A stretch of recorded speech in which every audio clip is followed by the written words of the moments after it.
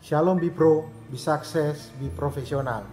Senang sekali bisa berjumpa walaupun secara online, tapi saya percaya kasih dan kuasa Tuhan tetap ada di dalam kehidupan saudara dan saya. Ada hal yang penting harus terus dibangun dalam kehidupan manusia rohani kita, terutama dalam masa pandemi yang sulit ini. Kekuatan iman dan kekuatan komunitas rohani. Minggu lalu sudah bahas mengenai kekuatan iman dibangun dari hubungan kita dengan Tuhan. Minggu ini kita akan bahas kekuatan komunitas. Kekuatan komunitas berperan sangat vital dalam menopang kestabilan banyak faktor dalam kehidupan kita. Sudahkah kita punya komunitas rohani yang sehat? Apa yang kita dapatkan dalam komunitas yang sehat? Kita semua diciptakan Tuhan sebagai makhluk sosial. Kita tidak bisa hidup sendirian. Kita selalu akan membutuhkan orang lain. Sedangkan dunia sekarang mulai hidup individual. Egois, berpusat pada diri sendiri adalah suatu yang dinilai baik sekarang ini. Tidak peduli dengan orang lain, itulah keadaan sekarang. Pada minggu ini subtema kita ialah The Wall of Community. Mari bersama-sama kita buka di dalam Pengkhotbah 4 ayat 9 sampai yang ke-12. Terlebih dahulu kita baca yang ayat ke-9. Berdua lebih baik daripada seorang diri, karena mereka menerima upah yang baik dalam jerih payah mereka. Di ayat 9, pengkhotbah menjelaskan alasan mengapa berdua lebih baik daripada seorang diri. Karena mereka akan menerima upah yang baik dalam jerih payah mereka. Yang menarik dari alasan ini adalah ungkapan upah yang baik. Pengkhotbah tidak membahas tentang upah yang lebih banyak. Ini bukan masalah jumlah harta yang bisa didapat dengan mengerjakan sesuatu secara bersama-sama, tetapi ada hal lain yang sedang dimaksud oleh pengkhotbah dengan upah yang baik. Upah yang baik di sini tampaknya merujuk kepada kontribusi yang diberikan untuk orang lain. Jadi ini tentang membagikan hidup dengan orang lain. Dengan kata lain, ayat ini berbicara tentang hidup yang berarti bagi orang lain. Saling berbagi hidup dalam suka dan duka. Konsep seperti ini sangat berbeda dengan sebagian orang, bahkan orang Kristen sekalipun, yang menganggap upah yang baik selalu identik dengan upah yang banyak. Jadi tujuan hidup bukanlah sekedar untuk mengumpulkan harta, namun hidup kita untuk menginspirasi banyak orang. Membagikan hidup kepada orang, untuk menolong orang lain menemukan arti hidupnya di dalam Tuhan.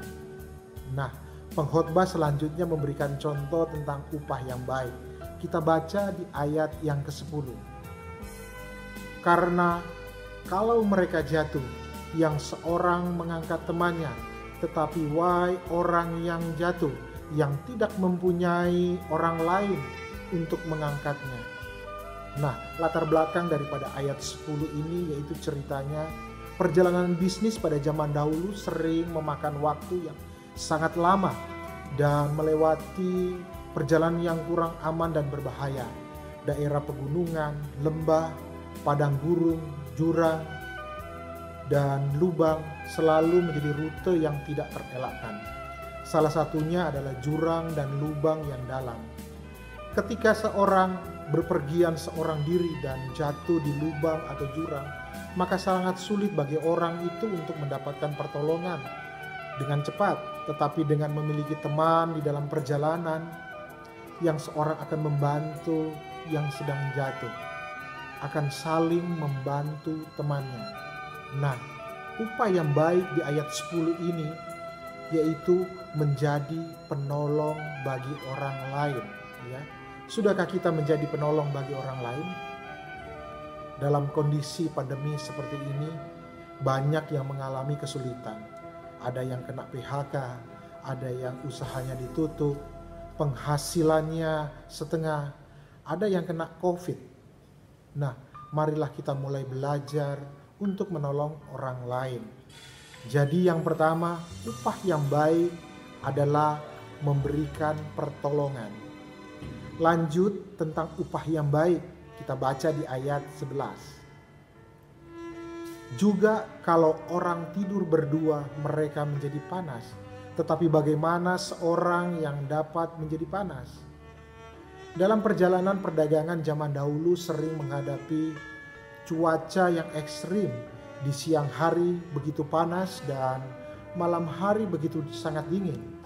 Para pedagang pada waktu itu jarang harus bermalam di tengah gurun atau hutan udara yang sangat dingin.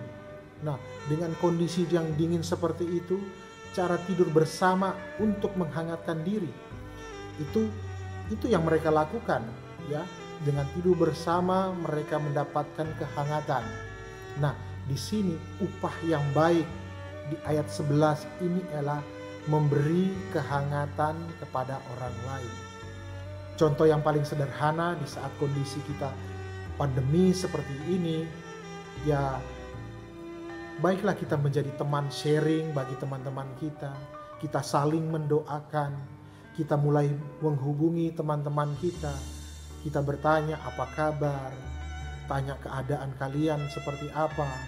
Dengan begitu akan tercipta rasa kehangatan. Jadi yang kedua, upah yang baik adalah memberi kehangatan.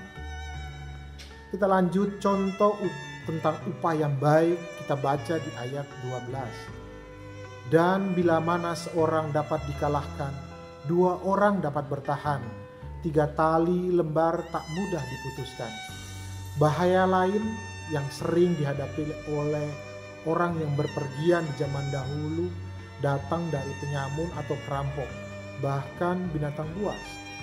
Pedagang yang berpergian sendirian akan menjadi mangsa empuk bagi para perampok. Tetapi dengan bepergian bersama-sama, paling tidak mereka akan sulit untuk dikalahkan oleh para perampok tersebut. Karena mereka bisa saling melindungi satu sama lain. Di ayat 12 ini, upah yang baik ialah memberi perlindungan bagi orang lain. Bagaimana memberi perlindungan bagi orang lain? Praktek yang sederhana, kita di Bipro ada program yaitu call to action, yaitu berdoa syafaat. Jadi jangan hanya berfokus pada diri sendiri, karena masalah akan selalu datang menyapa kehidupan kita. Sebaiknya marilah kita belajar memberi perlindungan melalui berdoa syafaat bagi keluarga, teman, gereja, kota kita, pemimpin bangsa kita, bangsa Indonesia. Doa tidak harus panjang, bahkan tidak perlu mengkhawatirkan hasilnya. Kita kerjakan bagian kita dan selebihnya berpegang pada kebenaran bahwa setiap doa yang kita naikkan akan didengar oleh Tuhan yang baik dan penuh kasih. Jadi, yang perlu kita bangun di dalam komunitas, yang pertama, menjadi penolong. Yang kedua, memberi kehangatan. Yang ketiga, memberi perlindungan. Mari kita praktekkan dan hidupi bersama ketiga poin ini di dalam komunitas, supaya hidup kita menjadi kuat dan kokoh dan berkenan di dalam Tuhan. Sekian renungan weekly message. Terima kasih, Tuhan Yesus memberkati.